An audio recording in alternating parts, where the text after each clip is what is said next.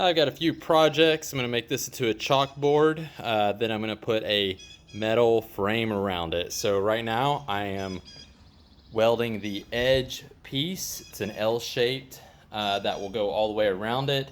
I'm connecting these two. I'm going to cut it around here at that 8 feet mark, and then make the frame for it, make it look real nice. So I'm going to weld a little bit and do some cutting.